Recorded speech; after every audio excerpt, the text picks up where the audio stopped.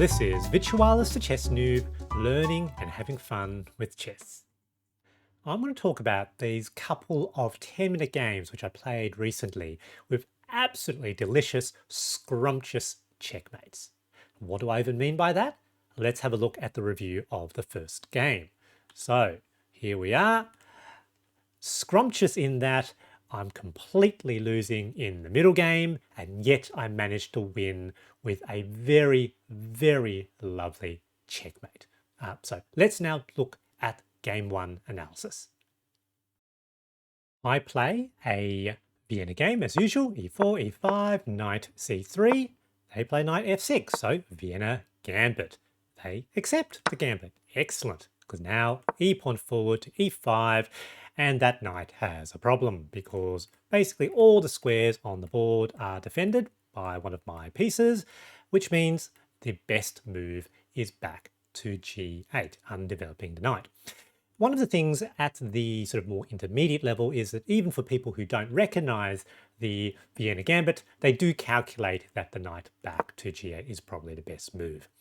In this position, developing the other knight is important to prevent queen to h4 with check, which becomes a bit tricky with that pawn in that position. Opponent plays d6, which is fine. I play d4, bolstering that defense of the pawn and also opening up the dark square diagonal, allowing me to capture back the pawn. They develop knight to c6, captured pawn back. They capture. One of the things about the Vienna Gambit Accepted is that once you're out of the opening, so we've almost finished the opening now, the position actually gets really complicated. And it's not uncommon for me to basically lose my opening advantage. So at the moment, it's plus 1.5, so it's a good advantage. But you will see, I think knight captures pawn is the best move, but I captured back with the pawn. We're getting quite close back to equality. I generally thought that queen trade was good, but I think it's actually, again, relatively neutral.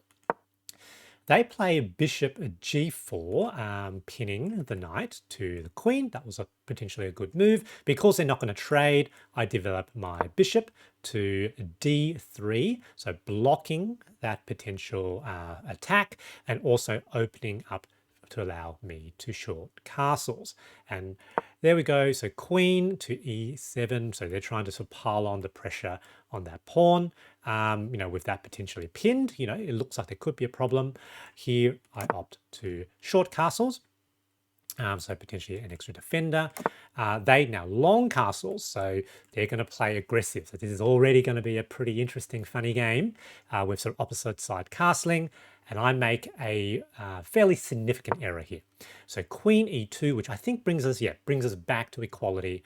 The problem is, of course, that knight remains pinned, and there's a potential future attack on the queen as well. So this was not a good move. I think it would have been better to play queen to d2 and to connect the rook. So I had the right idea to develop the queen, but I moved the queen to the wrong position.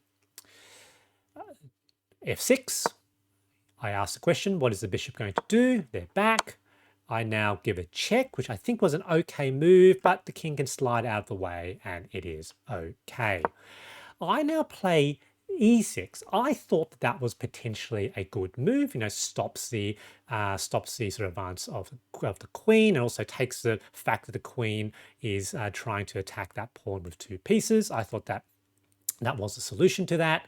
Stockfish disagrees, almost minus 5.5, which is very, very interesting. These positions are just so complicated.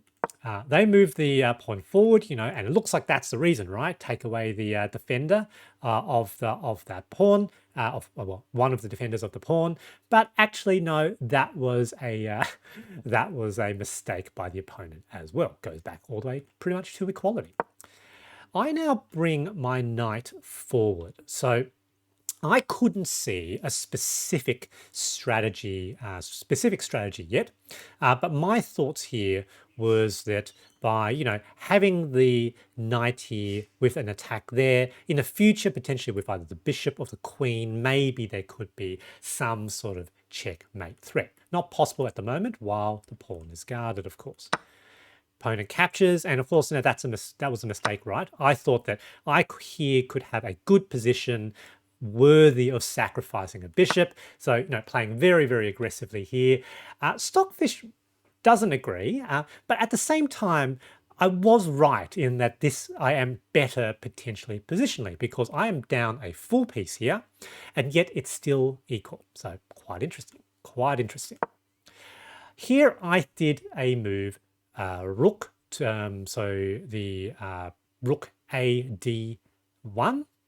I thought I was being extremely clever here. I thought if they capture, I'll take back and then I control the d file. Alternatively, if they don't do something about it, I'll capture. And if they capture back with queen, then I've got a fork. Again, I thought I was being very, very clever. Stockfish hates it, almost -3. These positions are so tricky. So they play a rook C8. I thought that was a good position. Stockfish hates it. And now I thought, again, I was being very clever, attacking the queen. I wondered what they were going to do, but they come out and give a check. My king I thought was all right in the corner. Of course, that knight is still safe, defended by the queen. Now I thought, okay, so they push their knight forward with a potential attack. And of course, that blocks my bishop's attack on the C7 pawn. So that's obviously a bit of a problem. So I slide the bishop down. And again, I thought I was being very, very clever here. Attack on the queen, attack on that pawn. They now move the queen, however, to a very good position because there's now 1, 2, 3 attackers on that knight. So it is not looking good here for my position.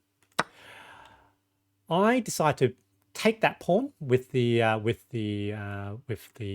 knight attacking rook and queen. They opt to take that pawn, so I suppose sort of delay that attack on my position right up. Of course, that rook is now problematic. I thought, look, I'm just going to take that rook, stop that rook from getting into the game. They, of course, take my rook. I bring the knight back, still defended by the bishop. I knew that here I was doing badly. And let's put the feedback back on. Yeah, almost, yeah, -10 practically. And here I was thinking, look, I'm probably going to lose, but I'm just going to play on. Let's just see what happens. I played rook d1, basically means that for a brief time anyway, that bishop is pinned. Yep, that knight was always going to be gone, I thought. So there we go. It gets captured. I take back with my pawn. They bring the pawn forward, attacking my bishop. I thought that's okay. Here, I thought what I needed to do is to at least create a chance. Let's bring that knight back. So at least there's a potential check. So maybe there's something there. So that's what I did with an ostensible attack on that bishop. Queen now comes, takes the pawn on h3 with check. I move the king out of the way. Here, I thought they were probably going to give me another check. So I was very surprised when rather than doing that, rather than taking that bishop, they captured with an ostensible attack. So that move kind of makes sense, right? It looks like it's all pinned. Looks like I'm going to lose my queen. And if I sort of move the queen out of the way, that looks like it's going to be checkmate. So it's a very, very potentially tricky move. However, they missed something. These pieces lined up, and part of the problem here for my opponent is that these pawns sort of block potential some of their positions. The fact that that bishop doesn't contribute into the king attack. These pieces have not been developed, while all my pieces are developed, even though I'm sort of down, down a piece.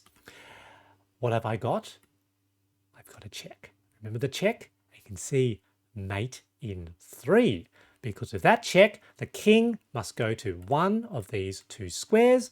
If it goes to a8, it delays checkmate because with the bishop move, the e file is now open. Check, they can block with queen, but then it's mate. If, however, they come here, then it's checkmate straight up the next turn. So check, they move, checkmate. So satisfying. Let's now have a look at game 2. So game two, it has a similar pattern to the first game in that I'm completely losing in the middle game and yet somehow capture an absolutely scrumptious and delicious win by checkmate at the end. Let's move on to the game analysis. So my opponent with the white pieces plays the center game. So e4, e5, d4 immediately. I accept the center game. They now play the Danish gambit, and I decline the gambit with d5. So taking, accepting the Danish gambit sort of probably benefits white more because I'm not really familiar with how to defend against it. They capture with queen, bring out the knight, knight f6. They did an immediate check, which was interesting. Reasonably sure that wasn't the best move, and it's not. Though I don't necessarily play the best defense. I play c6. That bishop, of course, now needs to go away. I now capture that pawn with the knight, which again wasn't the most accurate move, but still -2, so still okay here. They develop knight f3, which makes sense. I now develop bishop to c5, which was a mistake. And the mistake is because I now have the queen taking g7. Here, I knew that rook to f8 was probably best, but I was feeling a bit spicy. I thought, no, I'm going to go for the attack. So bishop captures pawn on f2. I didn't really have a plan. I just wanted to see whether I could make something happen. Now, of course, I lose the right to castle. And here I thought I had another very clever idea, but I didn't calculate it out. I thought we would be trading queens and then I'd be able to capture back. But of course, at the moment I move the knight, the bishop is hanging. So that was a straight up blunder of a piece. My opponent is now a piece up. At this point, aggression, immediately check again. And now my opponent brought king to e3. Now, when I saw my opponent do this, I was reasonably sure that that was probably going to be a bad move, even if I can't work out a particular way to, really exploit it at the moment. But what my goal was, I needed to get rapid development, and potentially for the rooks in the center of the board, I thought, the king is an obvious target there, hanging in the middle of nowhere. Immediately, I played rook g8 first because I thought this would force their rook to basically be stuck in that position for now. I developed my other knight. I saw that this was probably coming, trying to remove the defender of the knight, and that's what happened. So I here played b5, seeing, what are they going to do? They captures. So I think Stockfish thinks capturing the bishop is best. But I chose not to do that. I thought, let's move the knight out of the way with an attack. They capture, continue down the chain, capture the pawn. And here I thought, okay, let's capture the bishop. If they capture, that now opens it up. Yeah.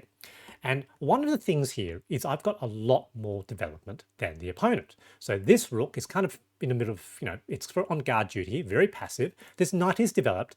These pieces have not moved, and a king is in the middle of the board. So even though, Stockfish obviously, in this position with the material deficit, I'm down a full piece. Obviously, Stockfish would win against me here. However, I thought against another human, that's developed, and the rooks have easy access because, I don't have any pawns blocking them. So I thought, there's a chance here, I thought, that I might actually be okay. They now develop the knight. That's fine. I now long castles, which of course now allows me to easily bring the rooks down the center. The opponent tries to move their sort of king back. Again, knight forward, knight d3 with check. And I was just thinking, am I going to be able to bait them to come back forward? And that's exactly what they did. And this is a problem because this bishop is still not developed. This rook is out of the game at the moment, and this rook is still on guard duty for this pawn. So even though I'm down a piece, a full piece, in essence, I'm not really down on pieces from the perspective of its impact on the game at this point in time, because my pieces are developed. I now move that bishop out of the way. So I wasn't planning on anything particularly special here. I just wanted to move it out of the way. So now I've got the full file with that rook. Now my opponent now makes a very serious blunder. So obviously they saw that they needed to develop their pieces, but bishop d2 was not the way to do it because that king actually has some problems. So my next move was rook ge8, which came with check. And let's have a look at what squares the king actually has. So that rook, of course, covers all these squares. This rook covers all these squares, which means the king can't take my knight, of course. And that's obviously blocked. This bishop also covers that square, and this knight covers these squares. The king is actually completely trapped, which is why that bishop should not have gone to this square, because the king then had an escape square.